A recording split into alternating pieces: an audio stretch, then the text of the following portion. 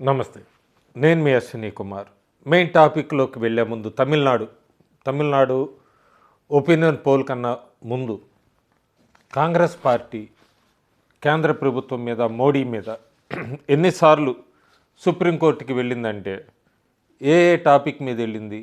Demonetisation మీద వెళ్ళింది, PM care fund మీద వెళ్ళింది, సెంట్రల్ విస్టా మీద వెళ్ళింది, గుజరాత్ రైట్స్ గురించి వెళ్ళింది, ఓట్ చోరీ అని వెళ్ళింది, ఆర్టికల్ 370 మీద వెళ్ళింది, రఫాలే డీల్ దీని మీద వెళ్ళింది, రామ్ మందిర్ ఇష్యూ మీద వెళ్ళింది, పెగాసిస్ మీద వెళ్ళింది, ఆధార్ మీద వెళ్ళింది, యూఏపీఏ చట్టం మీద వెళ్ళింది, పిఎంఎల్ఏ మీద వెళ్ళింది, మనీ లాండరింగ్ సంబంధించి, ఈవీఎంస్ మీద వెళ్ళింది, సిబిఐ మీద వెళ్ళింది, సిఏఏ గురించి, జిఎస్టీ గురించి, ఆఖరికి ప్రస్తుతం సర్ ప్రాసెస్ గురించి కూడా. వీటన్నిటి గురించి సుప్రీంకోర్టుకి వెళ్ళిన పార్టీ కాంగ్రెస్ పార్టీ. ఇప్పటిదాకా వాటన్నిటి మీద కూడా వ్యతిరేకంగా, కాంగ్రెస్ పార్టీకి వ్యతిరేకంగా తీర్పులు వచ్చినాయి. ఓడిపోయింది కూడా కాంగ్రెస్ పార్టీ. ఇది ఇంట్రో ఎందుకు చెప్పామంటే, ఈ జబ్బు కాంగ్రెస్ కూటమిలో ఉన్న మిగతా పార్టీలకు కూడా పాకినట్టుగా ఉంది. హిందువులు దౌర్భాగ్యం ఏంటంటే, హిందువులు వాళ్ళ దేవాలయాల్లో దీపారాధన చేయాలన్నా కూడా పర్మిషన్ తీసుకోవాల్సి వచ్చిన కొన్ని రాష్ట్రాలు ఉన్నాయి. అందులో దక్షిణాది రాష్ట్రానికి సంబంధించిన తమిళనాడులో డిసెంబర్ 3 కార్తీక దీపోత్సవం ఉంది. హిందువులందరూ మురుగన్ హిల్ ఉంది, అక్కడ దీపారాధన చేసుకుంటానికి కూడా కోర్టు పర్మిషన్ తీసుకోవాల్సి వచ్చింది. కోర్టు పర్మిషన్ ఇచ్చినా కూడా కాంగ్రెస్ పార్టీకి సంబంధించిన ఎలియన్స్కి సంబంధించిన శేఖర్ బాబు హెచ్ఆర్సీ మెంబరు. హెచ్ఆర్సీ అంటే Hindu temple management, DMK minister, anti సనాతన ధర్మ గురించి ఈవెంట్లన్నీ ఉదయనిధి స్టాలిన్ చేసినవన్నీ కూడా ఆర్గనైజర్ ఈ శేఖర్ బాబు. ఈయన మ్యాటర్ని ఎలా మీరు పర్మిషన్ ఇచ్చారు, క్యాన్సిల్ చేయండి, దీపోత్సవానికి ఎట్లా మీరు పర్మిషన్ ఇచ్చారంటూ కూడా కోర్టుని మళ్ళీ అప్రోచ్ అయ్యాడు. వాళ్ళు చూపిస్తున్న అబ్జెక్షన్లు ఏంటంటే, డిఎంకే వాళ్ళు, అక్కడ దర్గా ఉంది, వక్ఫ్ బోర్డుకి సంబంధించిన భూములు ఉన్నాయి, 5 కుటుంబాలు ముస్లింలు ఉన్నాయి, అక్కడ ఉంటున్నారు ఎప్పటి నుంచో కూడా. సో వీటి మధ్యలో ఆ గుడి పైకి వెళ్ళి, ఆ గుడి అరుల్ మీకు సుబ్రహ్మణ్య స్వామి టెంపుల్, ఇది అందరికి గుర్తుండే ఉంటుంది,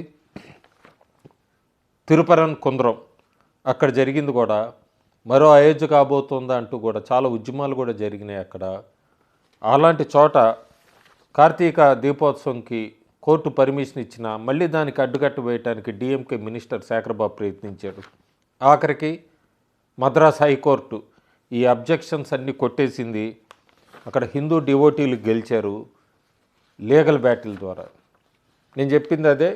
దౌర్భాగ్యం ఏంటంటే, హిందువులు కూడా వాళ్ళ గుళ్ళలో, దేవాలయాల్లో దీపోత్సవం చేయాలంటే కోర్టు ద్వారా రావాల్సి వస్తుంది. ఇంకో పక్క అసెంబ్లీ ఎన్నికలు దగ్గర పడుతున్నాయి. అసెంబ్లీ ఎన్నికల్లో వీళ్ళ ఓటు బ్యాంక్ కాపాడుకుంటానిక, దేనికోసం వీళ్ళందరూ ఇది. తమిళనాడు రాజకీయ చరిత్రలో ఎప్పుడు మనం చూస్తే బ్యాక్ టు బ్యాక్ వెనువెంటనే గెలిచిన పార్టీ ఏదైనా ఉందంటే అన్నా డిఎంకేనే. మిగతా పార్టీలు ఎప్పుడూ వరుసగా విజయాలు సాధించలేదు. అదంతా కూడా జయలలిత ఉన్నంతకాలమే. జయలలిత మరణానంతరం రాజకీయాలు మారిపోయినాయి. ప్రస్తుతం డిఎంకే, ఎంకే స్టాలిన్ ఉదయనిధిని ముఖ్యమంత్రి చేయాలని ప్రయత్నిస్తున్నాడు. ఉదయనిధిని తమిళనాడు ప్రజలు ఆదరిస్తారా? ఎంకే స్టాలిన్ని ఆయన అనుకున్న కోరిక తీరుతుందా?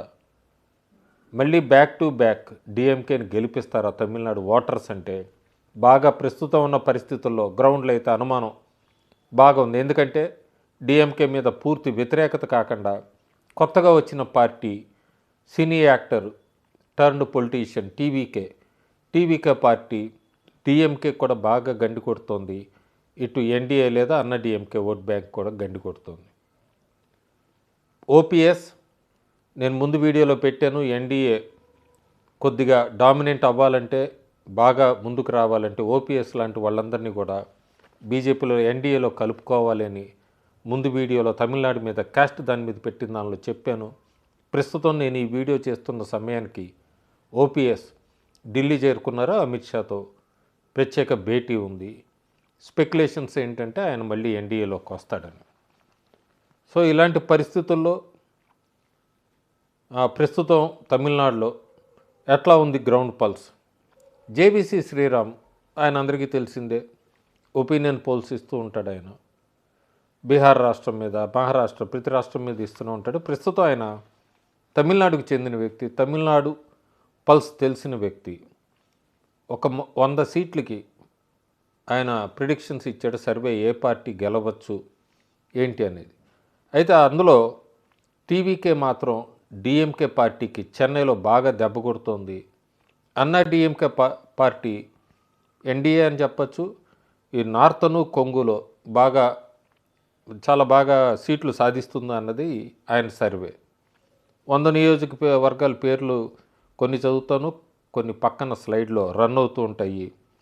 అందులో ఆయన ముఖ్యంగా గుమ్మిడిపూండి డిఎంకే గెలుస్తుందని, Ponneri TVK, Tiruttani DMK, Tiruvallur DMK, Poonamallee TVK, Avadi TVK, Maduravoyal TVK, Ambattur TVK, Madhavaram TVK, Tiruvottiyur TVK, RK Nagar DMK, Perambur TVK, Kolathur DMK slight లీడ్లో ఉందంటున్నారు. TVK Nagar DMK, Egmore TVK, Royapuram TVK, Harbour DMK, Chepauk DMK, 1000 Lights DMK, Anna Nagar DMK, Saidabad DMK, T Nagar TVK, Mylapore TVK, Velachery TVK. ఈ టీ నగరు, మైలాపూర్, వెలచెరి ఇవన్నీ కూడా DMK దెబ్బ కొడుతున్న TVK.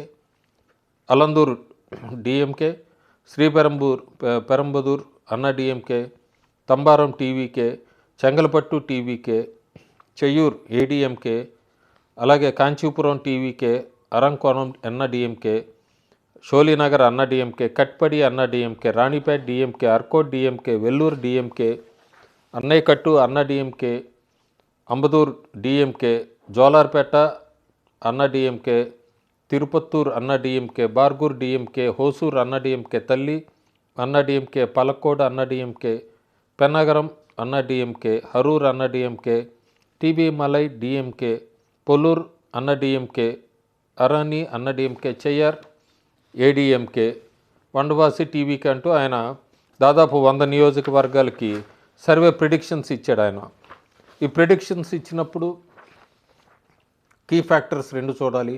ఫైనల్గా ఆయన ఇచ్చిన 100లో అయితే ఎన్డీఏకి 55 స్థానాలు, ఇండియా అలయన్స్ కాంగ్రెస్ కూటమికి 24, టీవీకే విజయ్కి 21 స్థానాలు ఇస్తున్నాడు ఈ 100లో. ఇక్కడ 2 కీ పాయింట్స్ ఉన్నాయి. ఒకటి, డిఎంకే గ్రాఫ్ డౌన్ అవుతుంది. అది మాత్రం ఖచ్చితంగా ఏ సర్వే సెఫాలజిస్ట్ అయినా కూడా 2025 డిసెంబర్కి ఎవరైనా సరే చెప్పాల్సిందే, తమిళనాడులో డిఎంకే గ్రాఫ్ అనేది అయితే పూర్తిగా డౌన్ అవుతుంది అనేది. మనం ప్రజల్లో కూడా వ్యతిరేకత చూస్తున్నాము. చెన్నైలో ఈ సైక్లోన్ వచ్చింది. ఈ సైక్లోన్కి రోడ్స్ మీద దాని గురించి డిఎంకే ఎమ్మెల్యేలని నిలదీస్తున్నారు ప్రజలు. చాలా చోట్ల వ్యతిరేకత ఉంది. ఆ వ్యతిరేకతని ఎన్డీఏ క్యాష్ చేసుకుంటుందా, టీవీకే క్యాష్ చేసుకుంటుందా అనేది చూడాలి. ప్రస్తుతానికి నేను 4-5 నెలలుగా తమిళనాడు మీద పెట్టిన వాటిలో ఎక్కువ టీవీకే విజయ్ బాగా పర్ఫామ్ చేస్తున్నాడు. ప్రజల్లో ఉంది అతనికి ఓటేయాలని. అతనికి బూత్ ఏజెంట్స్ ఇవన్నీ ఇంకా అతను రెడీ చేసుకోకపోయినా కూడా ప్రజల్లో అతని వైపు చూస్తున్నాడని చాలా సర్వేలు పెట్టాను. టీవీకే విజయ్ వాటన్నిటిలో కూడా ముందుకు వస్తున్నాడని. అప్పుడు ఇదే సఫాలజిస్టులు చాలామంది కూడా విజయ్కి అంత లేదు, విజయ్ తమిళనాడులో అంత లేదు అన్న వాళ్ళందరూ కూడా ప్రస్తుతం టీవీకే విజయ్కి కూడా 100లో 21 స్థానాలు ఇచ్చారంటే రాబోయే రోజులు ఇతను ఏమైనా గేమ్ చేంజర్ అవుతాడు అనేది అయితే మనం చూడాలి. ప్రస్తుతానికి ఈయన జేవీసీ శ్రీరామ్ 100లో 50 వరకు కూడా 55 ఎన్డీఏకి ఇచ్చిన చాలా కూర్పులు, మార్పులు, చేర్పులు చాలా ఉంటాయి రాబోయే రోజుల్లో. అవన్నీ దాన్ని బట్టి కూడా ఎవరు ముందుకెళ్తారు, ఎవరు అంటే ఇక్కడ క్లారిటీగా ఎన్డీఏ, టీవీకే వీళ్ళిద్దరూ మాత్రం రోజుకి పికప్ అవుతున్నారు. ఈ పికప్లో ఎవరిని అధికారం దాకా తీసుకెళ్తుంది, ఎవరితో చేతులు కలుపుతారు, ఇవన్నీ కూడా మనం వేచి చూడాలి. ప్రస్తుతానికి ఈయన సర్వే ప్రకారం అయితే 50% పైన ఎన్డీఏ స్థానాలు సాధించబోతుంది అన్నది JVC Sriram opinion poll December 2వ తారీఖు ప్రకారం. Thank you.